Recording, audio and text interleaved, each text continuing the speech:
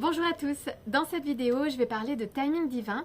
Je trouve que c'est un thème qui se mêle un peu avec le fait que la vie pourvoit à nos besoins au bon moment.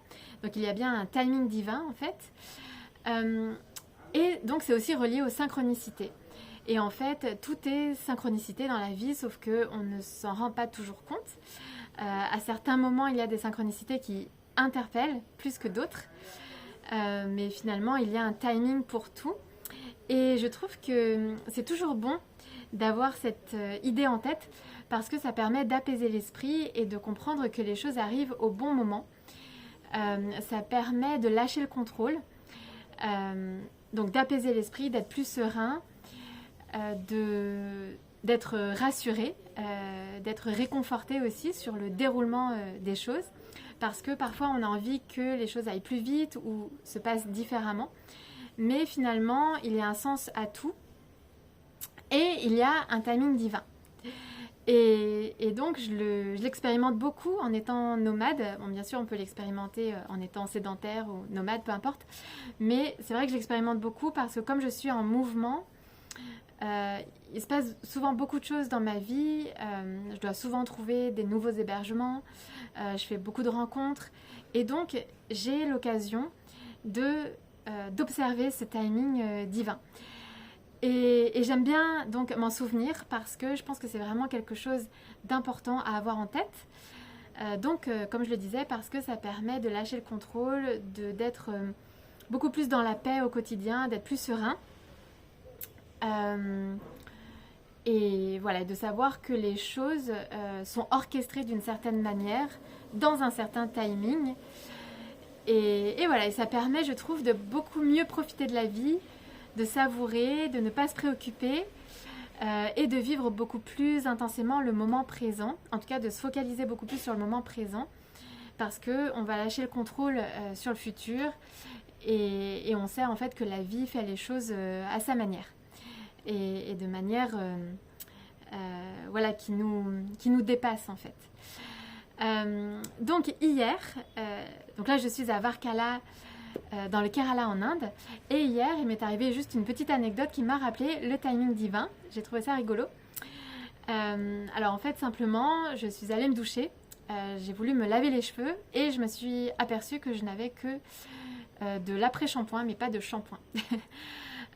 Donc je suis sortie de la douche et j'ai pensé à emprunter donc le shampoing à d'autres personnes dans l'auberge. Et donc il y avait une chambre qui était occupée par des Japonais et je me suis dit que j'allais leur demander donc du shampoing. Donc je suis simplement allée toquer à leur porte, mais en fait la porte était fermée, ils n'étaient pas là. Et donc j'étais là devant leur porte et je réfléchissais en même temps à qui je pouvais demander du shampoing. Et en fait, j'ai attendu 15 secondes. Et donc, l'un des Japonais est arrivé et m'a prêté du shampoing. Et en fait, c'est arrivé vraiment dans un timing parfait, puisque il y a eu tout un enchaînement de circonstances pour que je prenne ma douche à cette heure-là. Et puis que eux, en tout cas que lui revienne à ce moment-là aussi à la chambre. Et qu'ils puissent me prêter le shampoing à ce moment-là. Et j'ai trouvé ça marrant. Et en fait, dans le quotidien, parfois, quand on est observateur, on peut voir ces choses-là et se rappeler donc qu'il y a ce timing divin. Voilà, donc ça m'y a fait penser hier et en même temps, c'est relié au fait que la vie pourvoit à nos besoins au bon moment. Donc, quand on a besoin de quelque chose, j'ai remarqué aussi donc que ça vient à moi, que ça arrive de façon souvent inattendue. Et là aussi, ça permet d'apaiser l'esprit parce que, en fait, ça permet de garder en tête le fait que tout peut arriver dans le moment présent. Et donc, la clé, c'est vraiment de vivre au maximum le moment présent sans se préoccuper du futur parce qu'en fait, dans le présent, tout peut arriver, tout peut changer. Et je trouve que c'est très rassurant de savoir ça. C'est aussi une question de foi, de confiance en la vie, mais plus on le vit et plus on l'observe et plus on a la foi en la vie et plus on est ancré dans le présent. Je l'ai aussi remarqué, alors j'ai 2-3 exemples comme ça. Quand je suis arrivée au Mexique, donc le jour de mon arrivée, je suis arrivée le soir dans la ville de Mexico et je suis arrivée à l'hôtel vers 23 heures. Donc je fais le check-in, je paye et à cette époque-là j'avais encore une valise parce que je suis partie de France, en fait je suis partie de Paris avec une valise au départ pour aller à Nice. J'ai gardé la valise en Espagne, j'avais encore la valise jusqu'au Mexique. Et en fait, j'ai changé la valise par un sac à dos quand j'étais au Mexique. Donc petit à petit, je m'allège. C'est un chemin d'allègement intérieur et extérieur. Et donc, j'arrive à l'hôtel.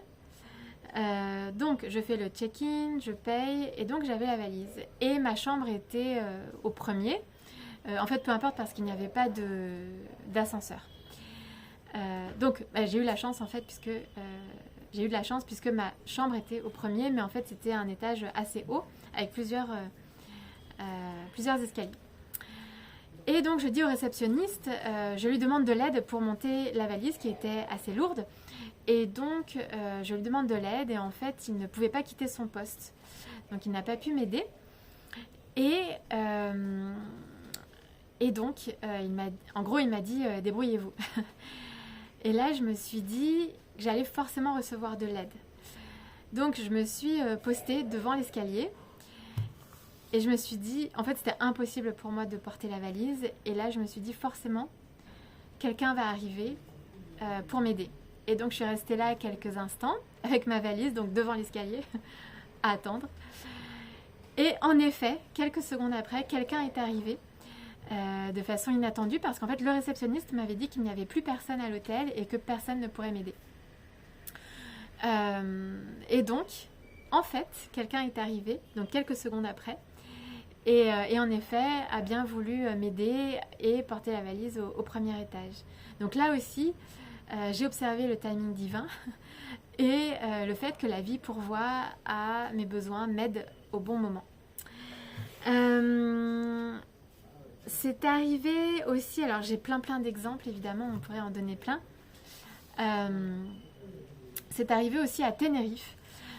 Donc, je suis partie de Nice pour aller à Tenerife. Je suis d'abord allée à Santa Cruz, la capitale, puis dans le sud de l'île.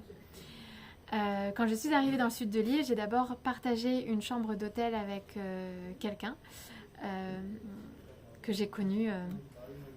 Voilà, on s'est rencontrés comme ça. Elle cherchait aussi... c'était une personne de Lettonie, je crois. On s'est rencontrés sur WhatsApp. Elle cherchait une chambre, moi aussi. Et voilà, et on s'est retrouvés dans cette chambre d'hôtel. Donc je suis restée avec elle dans cette chambre pendant, je crois, 5 jours. Et elle partait, je crois qu'elle retournait dans son pays. Et donc, moi je ne me voyais pas rester à l'hôtel, j'ai senti intuitivement qu'il fallait que je parte. Et donc j'ai commencé à faire des recherches pour trouver un hébergement. Mais je ne connaissais absolument rien au sud de l'île. Donc ce que j'avais fait, c'est que j'avais envoyé des messages sur WhatsApp. Donc c'est des groupes WhatsApp dédiés aux étrangers qui sont donc dans le sud de l'île pour trouver des hébergements. Alors il y a plusieurs groupes WhatsApp pour l'hébergement, pour les sorties, il y a plein de choses. Et donc j'avais laissé des messages, mais jusqu'alors je n'avais pas eu de réponse. Et le jour où je devais quitter l'hôtel, donc c'était, il me semble, un samedi, je n'avais toujours pas trouvé d'hébergement. Alors on peut se dire que c'était facile, mais en fait non, parce que je ne connaissais absolument pas l'île et le sud de l'île. J'avais un budget restreint. Je ne savais pas exactement ce qui se faisait en fait. Est-ce que c'était les Airbnb, la colocation? Enfin voilà, je ne savais pas ce qui était le plus pratique pour moi. Et voilà, j'avais juste envoyé quelques messages donc sur les groupes WhatsApp. Et jusqu'alors, je n'avais pas eu de réponse. Et donc, le samedi matin, je devais quitter la chambre. Donc, toujours pas de réponse. Donc, je me suis dit, je vais laisser faire la vie. C'était pas facile, c'était vraiment du lâcher prise. Je vais laisser faire la vie et je vais me focaliser sur le moment présent. Et dans le moment présent, qu'est-ce que je dois faire? Je dois faire ma valise.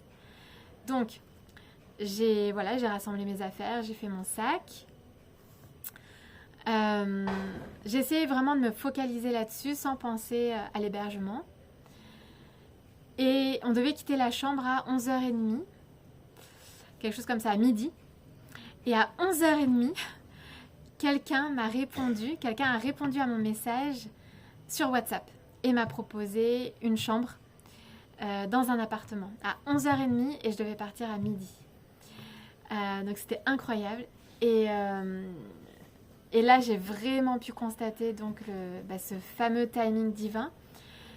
Et donc l'importance d'avoir la foi, confiance en la vie et savoir que la vie pourvoit au bon moment.